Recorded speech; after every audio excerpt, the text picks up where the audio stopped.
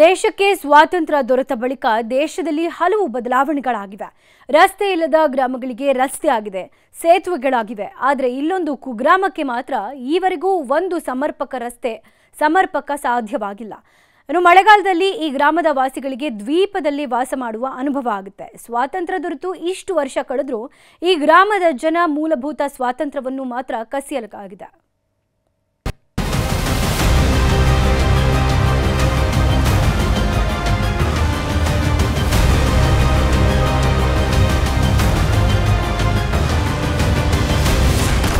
ಹದಗೆಟ್ಟ ರಸ್ತೆ, ಸೇತುವೆ ಇಲ್ಲದೆ ಜನರ ಪರದಾಟ.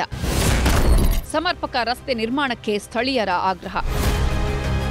ಇದು ದಕ್ಷಿಣ ಕನ್ನಡ ಜಿಲ್ಲೆಯ ಕಡಬ ತಾಲೂಕಿನ ಬಲ್ಯ ಗ್ರಾಮದ ಮಾಣಿಗ, ಪನ್ಯಾಡಿ, ದೆರಾಜೆ ಸುತ್ತಮುತ್ತಲ ಭಾಗದ ಜನರ ಬವಣೆ. ಜನಪ್ರತಿನಿಧಿ, ಅಧಿಕಾರಿಗಳ ನಿರ್ಲಕ್ಷ್ಯದ ಧೋರಣೆ ಈ ಭಾಗದ ಜನರನ್ನ ಇಂದಿಗೂ ಕತ್ತಲಿಗೆ ದೂಡಿದೆ. ಈ ಭಾಗದ ಜನ ತಾಲೂಕು ಕೇಂದ್ರ ಕಡಬವನ್ನ ಸಂಪರ್ಕಿಸಲು ಕೇವಲ 2 ಕಿಲೋಮೀಟರ್ ಪ್ರಯಾಣ ಮಾಡಿದ್ರೆ ಸಾಕು.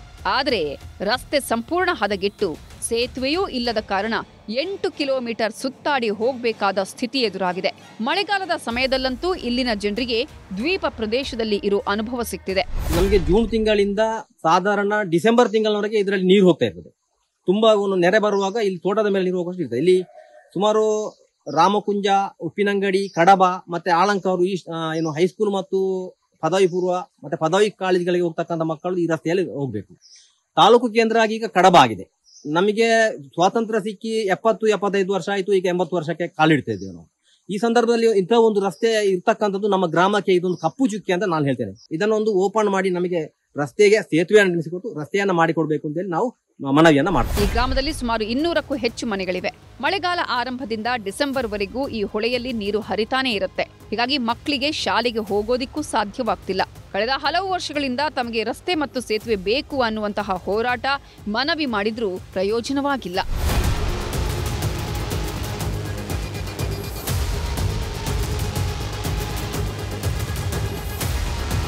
ಚುನಾವಣೆ ಬಂದಾಗ ಮತ ಕೇಳಲು ಬರೋ ರಾಜಕಾರಣಿಗಳು ಗೆದ್ದ ಬಳಿಕ ಇತ್ತ ತಲೆಯೂ ಹಾಕಿಲ್ಲ. ಇನ್ನಾದರೂ ಜನಪ್ರತಿನಿಧಿಗಳು ಎಚ್ಚೆತ್ತು ಈ ಭಾಗದಲ್ಲಿ ರಸ್ತೆ, ಸೇತುವೆ ನಿರ್ಮಿಸಬೇಕಾಗಿದೆ.